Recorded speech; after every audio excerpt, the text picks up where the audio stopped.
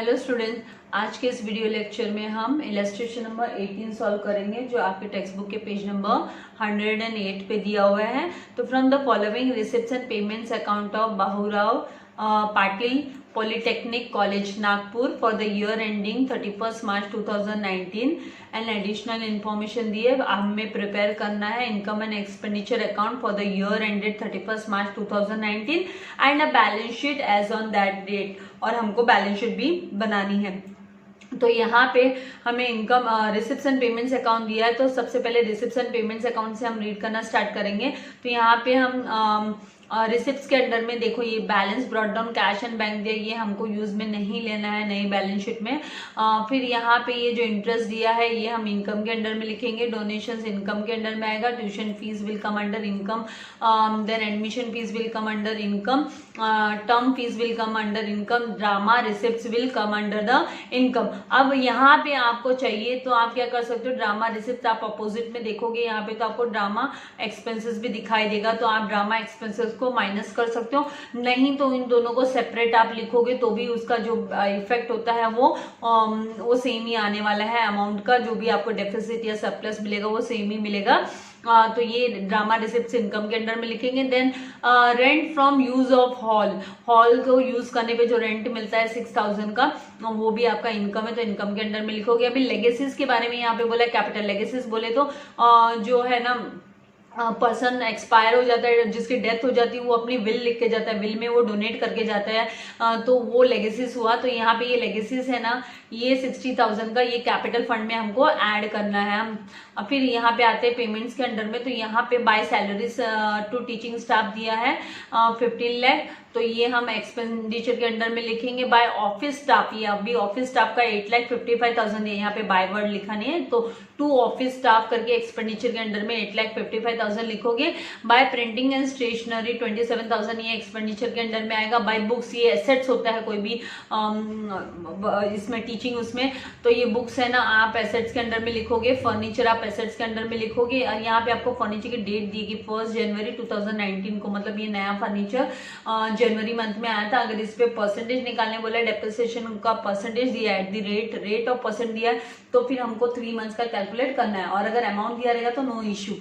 Then यहाँ पे drama expenses दिया। अब ये ड्रामा एक्सपेंसेस को आप चाहो 90,000 को, तो आप है ना जब इनकम के अंडर में ड्रामा रिसिप्ट्स लिखोगे तो उसमें से 90,000 माइनस करके उसका इफेक्ट दिखा सकते हो। और अगर आपको कंफर्टेबल नहीं लगता है तो आप ड्रामा रिसिप्ट्स को इनकम के अंडर में रहने दो, ड्रामा एक्सपेंसेस को इनकम के अंडर में रहने दो, कोई इश्यू नहीं है। आपका जो भी सरप्लस या डेफिसिट आने वाला है वो सेम ही आएगा। अभी ये वाला सम है ना आपके है ना टेक्स्ट बुक के इलस्ट्रेशन सॉल्यूशन में है ना, ये यहाँ से माइनस किया हुआ है, ड्रामा रिसिप्ट्स में से ड्रामा एक्सपेंसेस माइनस करके फिर अमाउंट दिखाया हुआ है। लेकिन मैं आपको है ना ये माइनस किए बिना, मतलब ड्रामा रिसिप्ट को मैं है ना इनकम के अंडर में ही दिखाऊंगी और ड्रामा एक्सपेंसेस को मैं एक्सपेंडिचर के अंडर में ही दिखाऊंगी, और आपको बताऊंगी कि देखो उस पर कोई फर्क नहीं पड़ता, खाली जो टोटल होता है इनकम एंड एक्सपेंडिचर का वो अलग आता है, और उसका जो डेफिसिट या सरप्लस जो भी आएगा उसमें कोई इफेक्ट नहीं होने वाला है। आप कोई भी मेथड से करो, तो ये मैं आपको करके दिखाऊंगी। देन यहाँ पे ये जो पोस्टेज है उसको एक्सपेंडिचर के अंडर में लिखेंगे। टेलीफोन चार्जेस को एक्सपेंडिचर के अंडर में लिखेंगे। इलेक्ट्रिसिटी एक्सपेंडिचर के अंडर में आएगा। मैगजीन्स एंड न्यूज़पेपर ये भी एक्सपेंडिचर के अंडर में आएगा। लेकिन यहाँ पे ये जो है ना 6,500 दिया ना, ये 500 नहीं आएगा, ये ओनली 6,000 का अमाउंट है, ये ओनली 6,000 का। ये जो 500 है ना ये मिस प्रिंट हुआ है, तो आपको यहाँ पे इसको 6,000 कर लेना है। ये 6,000 है, मैगजीन्स एंड न्यूज़पेपर 6,000 है ओनली। उसके बाद में यहाँ आपको बाय बैलेंस कैरिड डाउन दिया हुआ है कैश एंड बैंक का, तो ये आपको दोनों भी एसेट्स के अंडर में लिख देना है। ये अभी नीचे एडिशनल इन्फॉर्मेशन में देखिए, ये थोड़ा सा आपके लिए अलग है कि इनमें सी क्या, ये तो कुछ अलग सा दे दिया, इसमें स्टेटमेंट यूज नहीं किए, बस उतना ही फर्क है, बाकी कुछ नहीं है, नथिंग टू वरी। देखिए यहाँ पे 2 अमाउंट्स दिए हुए हैं आपको, ये जो टेबल बनाई हुई है उसमें पर्टिकुलर्स में जो books, furniture, capital fund and building fund का 2 अमाउंट दिया है। एक आपको ओपनिंग वाला अमाउंट दिया है, इसको बोलते हैं ओपनिंग बोलते हैं हम, राइट। ये हमारे ओपनिंग अमाउंट दिया हुआ है, तो ये 1 अप्रैल को है ना 9 लाख का बुक्स था। तो इस 9 लाख में आप क्या करोगे, ये जो नए बुक्स है ना ये परचेस किए हुए, ये नए बुक्स थोड़ा सा अलग है, ये नए बुक्स को हम ऐड करेंगे। ऐड करने के बाद ये जो बैलेंस दिया है ना ये आपका आउटर कॉलम का बैलेंस है। तो 9 लाख में 88,000 आप ऐड करोगे और आउटर कॉलम में आपको 8,88,000 दिखाना है, तो आपको फर्क दिखेगा, उसमें डिफरेंस दिखेगा। 1 लाख का जो डिफरेंस दिखेगा अराइज होगा सम करने के टाइम में, फिर से बताती हूँ, वो 1 लाख का डिफरेंस हमको है ना डेप्रिसिएशन करके कंसिडर करना। व्हाई? आप बोलोगे मिस यहाँ तो बोला नहीं डेप्रिसिएशन, तो फिर हम कैसे कैलकुलेट करें? अरे भाई जो फिक्स एसेट्स होते हैं राइट, उनकी अगर वैल्यू रिड्यूस होती है तो वो रिडक्शन, जो वैल्यू में जो रिडक्शन आता है, जो because of use of wear and tear, because of wear and tear मतलब यूज करने की वजह से जो रिडक्शन आता है उसको डेप्रिसिएशन बोला जाता है। तो ये जो डिफरेंस अराइज होगा वो डेप्रिसिएशन करके हमको कंसिडर करना है, और फिर वो डेप्रिसिएशन का हमको इनकम एंड एक्सपेंडिचर के अकाउंट मतलब एक्सपेंडिचर के अंडर में भी हमको एक्सपेंडिचर के अंडर में भी वो डिफरेंस दिखाना है डेप्रिसिएशन करके, ठीक है। फिर यही सेम वे में फर्नीचर, तो फर्नीचर का ये जो ओपनिंग बैलेंस दिया 3,26,000, इसमें आपको ये नया वाला एडिशनल फर्नीचर है ना 78,000 का, ये आपको ऐड करना है और आउटर कॉलम में आपका 3 लाख आना चाहिए। तो फिर है ना ये जो डिफरेंस अराइज होगा इनकी वजह से, तो वो डिफरेंस आपका क्या होगा? डेप्रिसिएशन होगा। इसीलिए वो डेप्रिसिएशन को आपको यहाँ पे भी रिकॉर्ड करोगे आप नई बैलेंस शीट में, वो हम सॉल्व करेंगे तो मैं आपको दिखाऊंगी कैसे करना है, और उसका सेकंड इफेक्ट आपको एक्सपेंडिचर के अंडर में शो करना है। देन यहाँ पे दिया हुआ है बिल्डिंग फंड, तो बिल्डिंग फंड का ओपनिंग बैलेंस 8,27,000 और यहाँ पे क्वेश्चन मार्क दिया, मतलब क्लोजिंग बैलेंस इनको नहीं पता है, तो मतलब यहाँ बिल्डिंग फंड में कुछ ना कुछ एडिशंस होने वाला है। ये ऑफकोर्स यहाँ पे बिल्डिंग फंड में नीचे दिया होगा, यहाँ पे देखिए, यहाँ पे हमको यहाँ पे देखिए बिल्डिंग फंड के रिलेटेड बोला है कि 60% of donations for building fund, मतलब डोनेशन फंड का 60%, मतलब डोनेशन फंड को हमें इनर कॉलम में लिखेंगे। ये जो डोनेशंस दिया हुआ है इसको बाय डोनेशन करके हम इनकम के अंदर में इनर कॉलम में लिखेंगे, और इसका 60% हम कैलकुलेट करेंगे, और वो 60% हमको बिल्डिंग फंड में लेके जाके ऐड करना है। ओके, वो स्पेसिफाइड कर दिया कि 60% जो 60% जो डोनेशन है, 60% डोनेशन वो बिल्डिंग फंड के लिए, तो ये बिल्डिंग फंड में ऐड होने के बाद में वो आउटर में क्लोजिंग बैलेंस आपका आ जाएगा। आपको यहाँ पे कोई फिलअप नहीं करना है, वो तो ऐसे जस्ट दिया है, ठीक है। देन कैपिटल फंड आपको 6,11,000 दिया है, इसका मतलब आपको कैपिटल फंड क्या नहीं करना है, आपको कैपिटल फंड कैलकुलेट करने की जरूरत नहीं है। आपको इन्फॉर्मेशन दी है कि 6,11,000 कैपिटल फंड है, तो आप जो बैलेंस शीट बनाओगे करंट ईयर की उसमें 6,11,000 आप शो कर दोगे, और कैपिटल फंड में जो भी एडिशन होने वाला है या सब्ट्रैक्शन होने वाला है वो हमको कर देना है। तो यहाँ पे एडिशन तो होने वाला है, ये जो लेगेसीज है ना कैपिटल फंड करके बोल दिया, तो इसको आपको डायरेक्टली इसको अभी आप इसको इनकम के अंडर में नहीं लिखोगे, अगर स्पेसिफाई नहीं किया होता है तो हम इनकम के अंडर में लिखते हैं, ठीक है। तो यहाँ पे तो स्पेसिफाई कर दिया कि कैपिटल है, तो डायरेक्टली ये 60,000 को उठा के आप ये जो 6,11,000 का कैपिटल फंड है इसमें हम 60,000 को ऐड कर देंगे, ठीक है। और फिर उसके बाद में जो भी सरप्लस का या डेफिसिट का जो भी एडजस्टमेंट आएगा वो भी फिर हमको शो करना है। अभी यहाँ पे ये जो एडजस्टमेंट है 60% ऑफ डोनेशन, ये हमने रीड कर लिया कि 60% आप डोनेशन में से माइनस कर दोगे और बिल्डिंग फंड में लेके आके उसको ऐड कर दोगे लायबिलिटीज के अंडर पे। And balance is to be treated, यही आपको इन्फो दिया। अगर ये आपको स्टेटमेंट वर्ड नहीं यूज किया होता ना कि and balance is treated as a revenue income, ये स्टेटमेंट अगर नहीं दिया होता ना तो भी आप क्या करते, इस अमाउंट को बचा हुआ 40% आप इनकम के अंडर में दिखाते। तो जरूरी नहीं कि ये स्टेटमेंट आपको देंगे, ठीक है। अगर नहीं दिया है तो भी आपको ये करना है कि भाई हाँ खाली हमको है ना इनकम के अंडर में से 60% डोनेशन उठा के कैपिटल फंड में ऐड कर देना, सॉरी बिल्डिंग फंड में ऐड कर देना है, बाकी का वहीं पे छोड़ देना है, ठीक है।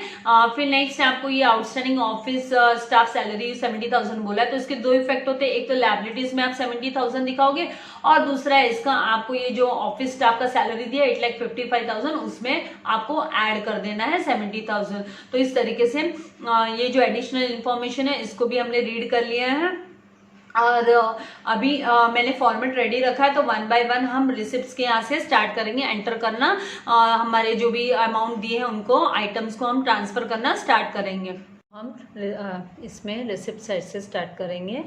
तो सबसे पहले कैश एंड बैंक तो हमको लेना नहीं है, फिर उसके बाद में नेक्स्ट जो हमको दिया है वो है यहाँ पे इंटरेस्ट, तो इंटरेस्ट को हम रिकॉर्ड कर लेंगे। रिसिप्ट साइड इनकम के यहाँ पे रिकॉर्ड कर लेंगे, तो इनकम के यहाँ पे 60,000 रिकॉर्ड करने के बाद में नेक्स्ट हमको डोनेशंस दिया है, तो डोनेशंस को भी हम इनकम के अंडर में इसको मेंशन करेंगे। तो डोनेशंस का जो अमाउंट 7 लाख दिया है वो हमको लिख लेना है, लेकिन उसको हम इनर कॉलम में लिखेंगे क्योंकि यहाँ पे ये जो 7 लाख है इसमें से है ना बिल्डिंग फंड में भी जाने वाला है, स्पेसिफाई किया है हमको डोनेशंस की बिल्डिंग फंड में भी जाने वाला है, तो 7 लाख इनर कॉलम में लिख लेंगे। उसके बाद में हमको नेक्स्ट यहाँ पे जो दिया है वो है ट्यूशन फीस। तो ट्यूशन फीस का जो अमाउंट दिया है वो 15 लाख, वो डायरेक्ट हम आउटर कॉलम में बाय ट्यूशन फीस करके by tuition fees outer column में हम 15 लाख लिख लेंगे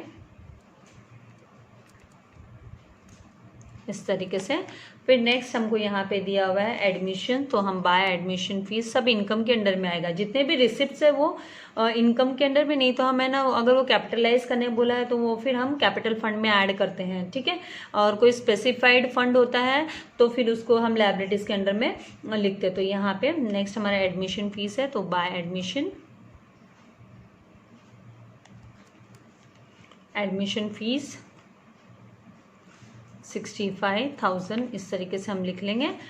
फिर नेक्स्ट हमको यहाँ पे दिया टर्म फीस, तो बाय टर्म फीस, यहाँ पे कोई भी इन पे एडजस्टमेंट नहीं है इसीलिए हम इनको आउटर कॉलम में शो कर दिखा रहे हैं, शो कर रहे हैं, ठीक है। उसके बाद में यहाँ पे दिया हुआ है ड्रामा रिसिप्ट्स, तो बाय ड्रामा रिसिप्ट्स, ये है ना मैं आपको सेपरेट ही दिखाऊंगी, इलस्ट्रेशन में सॉल्यूशन में आपको यहाँ से माइनस किया हुआ है एक्सपेंसेस को, लेकिन मैं आपको दिखाती हूँ, शो करूंगी कि देखो इसका कुछ इफेक्ट नहीं होता है, जो सरप्लस और डेफिसिट है वो सही आपका आएगा, भले आप उसको यहाँ से माइनस करो ड्रामा एक्सपेंसेस को या फिर आप एक्सपेंडिचर के अंडर में शो करो, खाली उसका इफेक्ट क्या होता है, जो टोटल होती है वो डिफरेंट आती है, बाकी जो डेफिसिट है या सरप्लस है उसमें कोई फर्क नहीं आता है, ठीक है। तो यहाँ पे इसको मैंने आउटर कॉलम में लिख लिया। देन यहाँ पे रेंट रिसीव हुआ है हॉल को, इस पे हॉल को यूज़ करने के लिए दिया है, तो यहाँ पे कॉलेज ने, तो रेंट रिसीव हुआ है उनको, तो ये हम इनकम के अंडर में लिख लेंगे। तो यहाँ पे जो अमाउंट 6,000 दिया है इसको मैं आउटर कॉलम में शो कर देती हूँ। फिर नेक्स्ट हमको यहाँ पे दिया है लेगेसीज, तो लेगेसीज को कैपिटल बोला है, तो मतलब ये कैपिटल फंड में क्या होगा, ऐड होगा, तो इसको हमको क्या करना है, कैपिटल फंड में लेगेसीज को ऐड करना है। तो यहाँ पे मैं हेडिंग लिख देती हूँ कैपिटल फंड, जब ये अमाउंट हमारे सामने आएगा तो हम अमाउंट लिख लेंगे ऐड लेगेसीज, ऐड लेगेसीज किया मैंने 60,000 इनर कॉलम में लिख लेते हैं इस तरीके से, ठीक है। फिर उसके बाद में नेक्स्ट है ना हम आएंगे पेमेंट्स के अंडर में, तो पेमेंट्स के अंडर में हमको सबसे पहले क्या दिया है, सैलरीज दिया है, तो हम सैलरीज टू टीचिंग स्टाफ बोला है, तो हम एक्सपेंडिचर में 2 सैलरीज, और यहाँ पे कोई आउटस्टैंडिंग नहीं है तो आप डायरेक्ट इसको आउटर कॉलम में लिख सकते हो, टीचिंग स्टाफ, और आउटर कॉलम में इसका जो अमाउंट है जो 15 लाख दिया है वो आउटर कॉलम में हम शो कर देंगे इस तरीके से। देन नेक्स्ट हमको यहाँ पे दिया है ऑफिस स्टाफ को सैलरी, तो वहाँ पे बाय नहीं लिखा लेकिन वो बाय ऑफिस वो अलग से ही अमाउंट है, तो यहाँ पे हमको 2 करके लिखना है, 2 ऑफिस स्टाफ। ये जो है ऑफिस स्टाफ को सैलरी है, actually salaries to office staff है, ऑफिस स्टाफ के लिए ये सैलरीज है। तो यहाँ पे इसको इनर कॉलम में लिखना है हमको, बिकॉज इसके ऊपर हमारा एडजस्टमेंट आने वाला है, यहाँ पे आउटस्टैंडिंग है, तो यहाँ पे क्योंकि क्वेश्चन रीड करने के टाइम पे हम मार्किंग भी करके रखेंगे ना, तो पता चल जाएगा, हार्ड कॉपी रहेगी तभी। अभी यहाँ पे प्रिंटिंग एंड स्टेशनरी 27,000 दिया है, तो हम क्या करेंगे, 2 प्रिंटिंग एंड स्टेशनरी, और इसको भी आउटर कॉलम में लिख लेंगे प्रिंटिंग एंड स्टेशनरी, बिकॉज इसके ऊपर कोई भी एडजस्टमेंट नहीं है, इसलिए इसको डायरेक्ट हम आउटर कॉलम में 27,000 को शो कर सकते हैं, तो आउटर कॉलम में 27,000 मैंने लिख लिया। फिर नेक्स्ट यहाँ पे हमको दिया है बुक्स, तो बुक्स को हमको कहाँ लिखना है, एसेट्स के अंडर में लिखना है, तो बुक्स को हम क्या करेंगे, एसेट्स के अंडर में शो कर देंगे। और बुक्स पे है ना परचेसेस का इफेक्ट, वो जो हमको एडिशनल इन्फॉर्मेशन के जो कॉलम दिए उसमें अमाउंट है, तो वो बाद में हमको एडजस्टमेंट करना है, तो इसको हम इनर कॉलम में इस तरीके से लिख लेते हैं।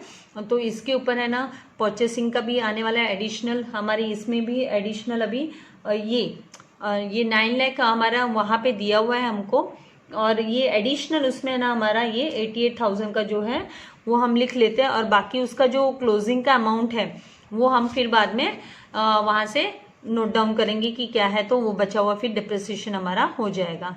तो यहाँ पे 9,88,000 ये एडिशन है। 88,000 जो हमको पेमेंट्स के अंडर में दिया है, ये नए बुक्स खरीदे हैं 88,000 के, और 9 लाख के उस कॉलम में दिया हुआ है कि 9 लाख के पहले से ही बुक्स अवेलेबल है, ओपनिंग बैलेंसेस है बुक्स का, और 88,000 नए खरीदे तो 9,88,000 के हो गए। फिर अभी हम आएंगे नेक्स्ट, यहाँ पे दिया फर्नीचर। तो फर्नीचर में हम यहाँ पे फर्नीचर का लिख लेते फर्नीचर, और फर्नीचर के ऊपर भी हमारे नए परचेसेस, ये वाला जो फर्नीचर है यहाँ पे ये परचेसेस का है, तो एडिशंस, ये एडिशंस हुआ, तो इसको हम लिख लेंगे 78,000 को इनर कॉलम में, क्योंकि इसके ऊपर भी हमें इफेक्ट दिखाना है, ऐड करना है। उसके बाद में ये ऐड करने के बाद में डिप्रिसिएशन का भी इफेक्ट आने वाला है, ठीक है। तो इस तरीके से ये हुआ। फिर बाद में हमको है ना नेक्स्ट यहाँ पे दिया है ड्रामा एक्सपेंसेस दिया है, तो ड्रामा एक्सपेंसेस को हम एक्सपेंडिचर के अंडर में रिकॉर्ड कर लेते हैं।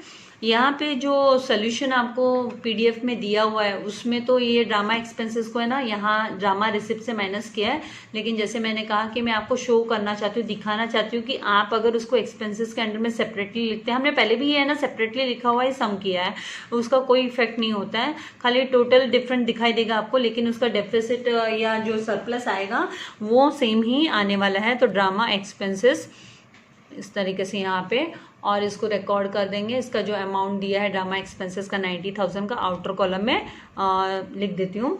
फिर नेक्स्ट हमको यहाँ पे जो दिया है वो है पोस्टेज, तो पोस्टेज को यहाँ पे 2 पोस्टेज करके, तो पोस्टेज और जो अमाउंट दिया है 7,000 का वो आउटर कॉलम में हम दिखा देते हैं।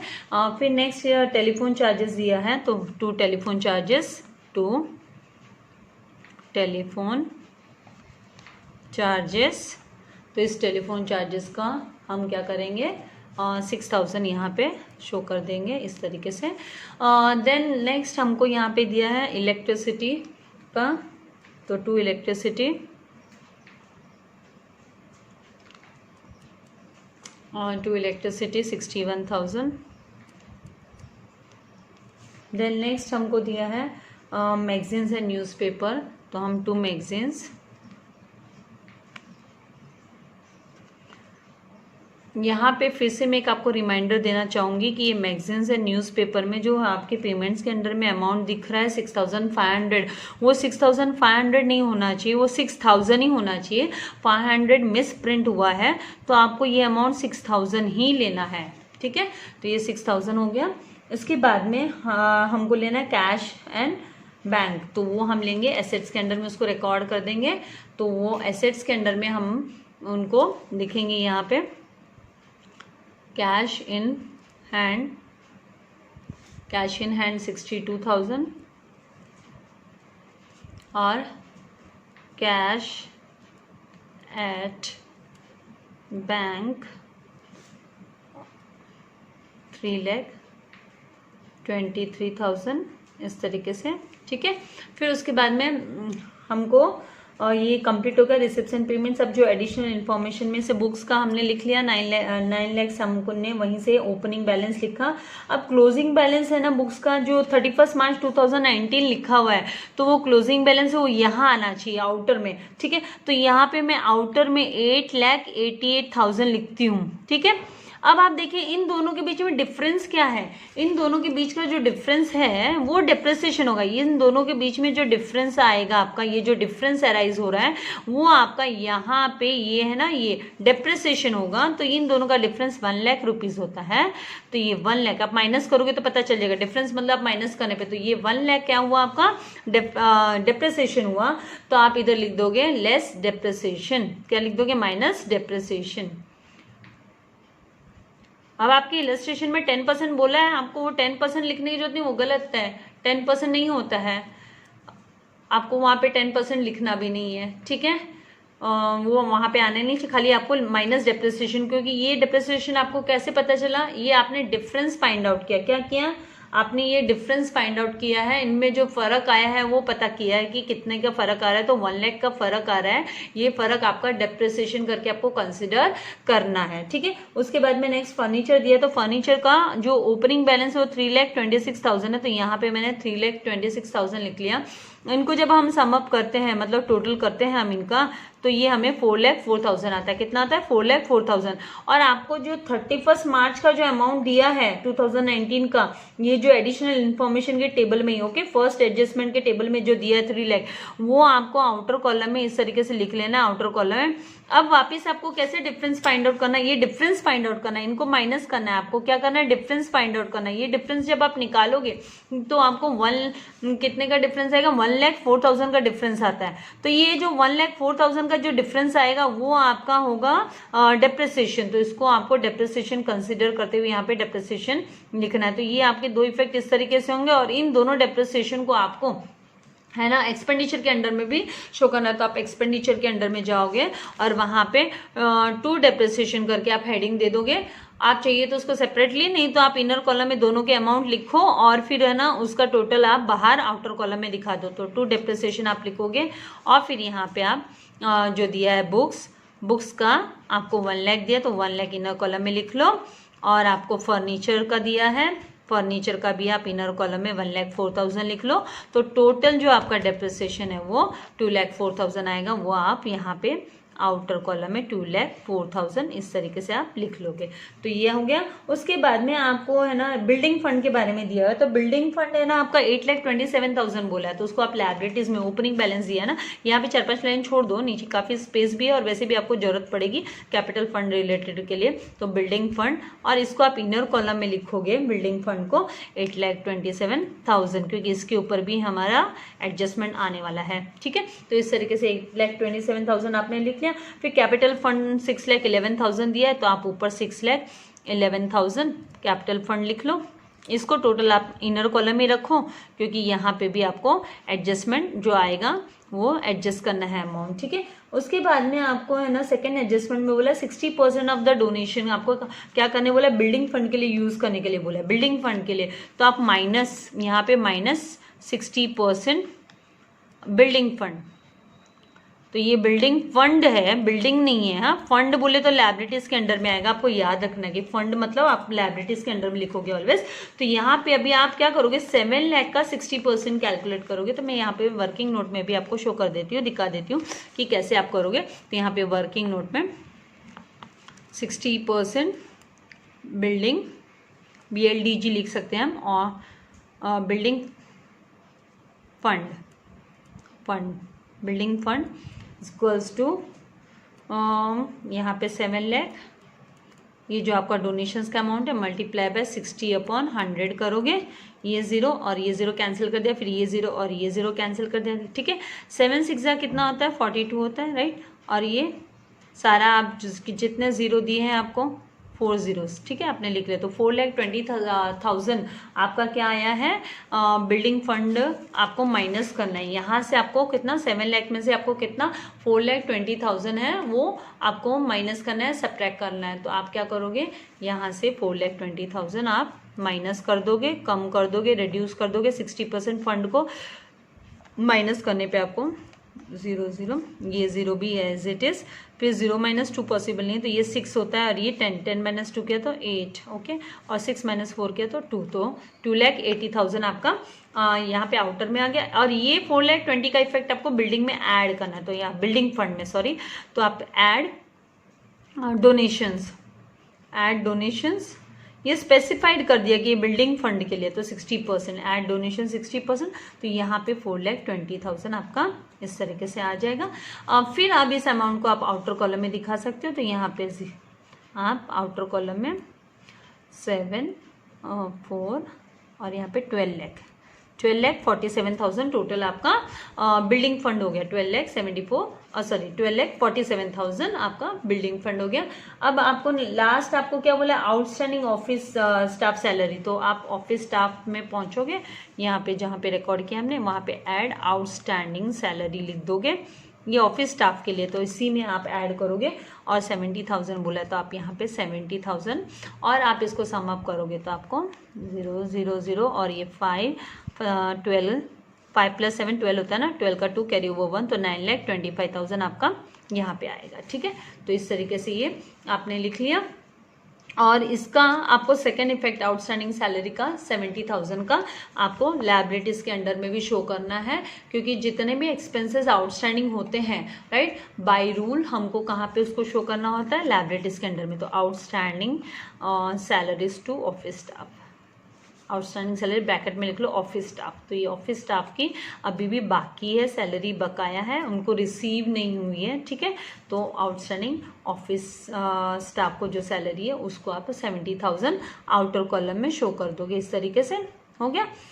तो अब आपके ले दे के सारे एडजस्टमेंट आपने एडजस्ट कर दिए, राइट, डेप्रिसिएशन और सब लिख लिया। अब आप क्या करोगे, क्लोजिंग करोगे, पेंसिल से टोटल कर लेंगे। तो क्रेडिट साइड में हम टोटल करते हैं तो हमको 24,11,000 आएगा।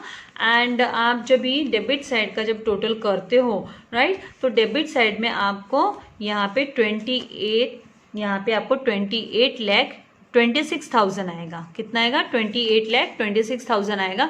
तो अब आप देखिए जो 28,26,000 ये आपका डेबिट बैलेंस, मतलब आपका ये जो डेबिट साइड है, डेबिट साइड आपका ज़्यादा है, मोर है, मतलब आपको यहाँ पे डेफिसिट अराइज हो रहा है। यहाँ पे आप जब कंपेयर करते हो 28,26,000 के अमाउंट को 24,11,000 से, तो ये साइड जो आपका डेबिट साइड है वो मोर है। तो अब आप क्या करोगे, ये जो 28,26,000 है ये कॉमनली दोनों साइड में टोटल में आप दोनों साइड टोटल में यही अमाउंट को लिखोगे।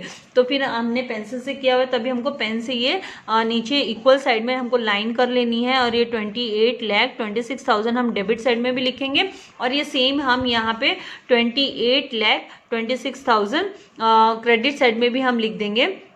अब आप देखोगे कि आपके इलस्ट्रेशन सॉल्यूशन में तो आपको है ना वहाँ पे जो इलस्ट्रेशन सॉल्यूशन में आपका जो टोटल है वो अलग दिखेगा आपको। क्यों? क्योंकि हमने क्या किया है कि हमने जो है ना एक्सपेंसेस को माइनस नहीं किया है, हमने एक्सपेंसेस को दूसरे साइड में एज इट इज उसको रिसिप्ट को रिसिप्ट साइड में दिखा दिया है और एक्सपेंसेस जो अपने ड्रामा एक्सपेंसेस है उसको हमने डेबिट साइड में दिखा दिया है। इसीलिए ये जो आपका डिफरेंस अराइज हो रहा है 28,26,000 आ रहा है, वो यहाँ आपका 26 दिख रहा है, लेकिन आपको वहाँ पे टोटल में 27,36,000 दिखेगा। तो वो फर्क किस वजह से आ रहा है, ये 90,000 की वजह से आ रहा है।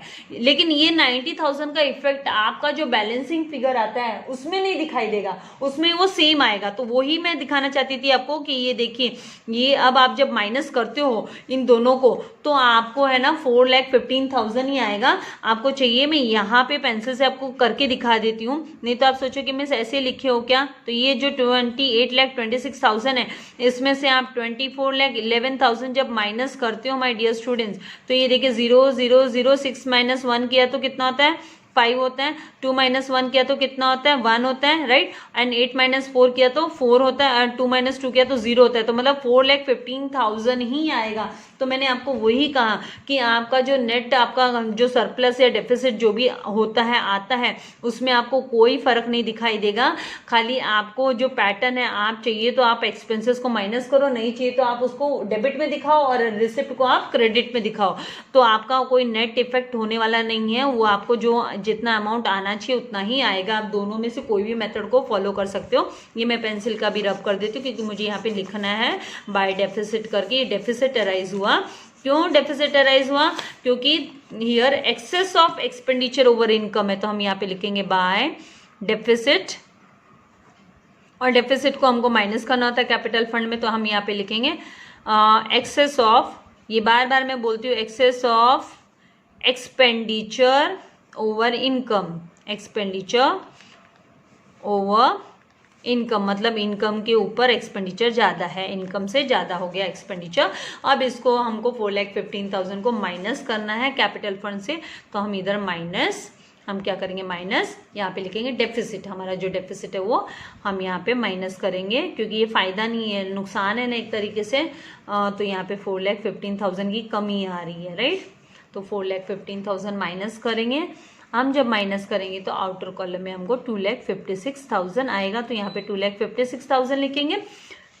अब जब आप टोटल करोगे इनका, आपके बैलेंस शीट टैली होनी चाहिए। टैली होने का मतलब क्या होता है कि आप लायबिलिटीज का जब टोटल करते हो तो वो टोटल जितना यहाँ पे है ना 15,73,000 आपका टोटल होगा।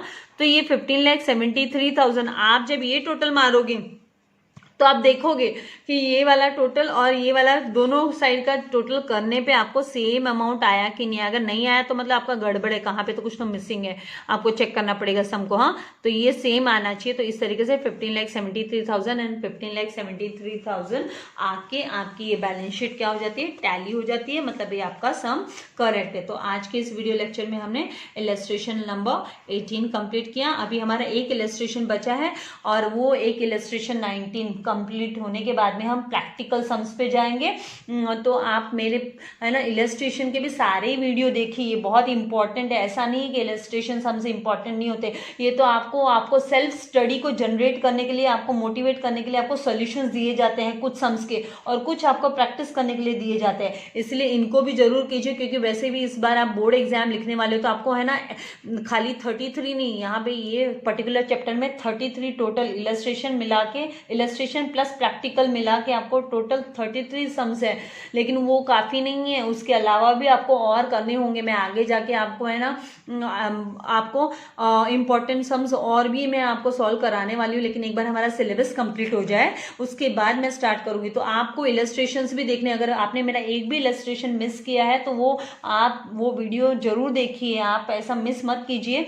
और सबके साथ है ना शेयर भी कीजिए, अपने फ्रेंड्स को भी सब्सक्राइब करने बोलिए। चैनल आपने सब्सक्राइब नहीं किया तो सबसे पहले आप सब्सक्राइब कीजिए और बेल आइकॉन बटन पे प्रेस कीजिए और वहां पे ऑल को सिलेक्ट कीजिए, ताकि आपको सारे वीडियो के नोटिफिकेशन मिलते रहे। और लाइक करना मत भूलिएगा। Thank you very much. God bless you all dear students.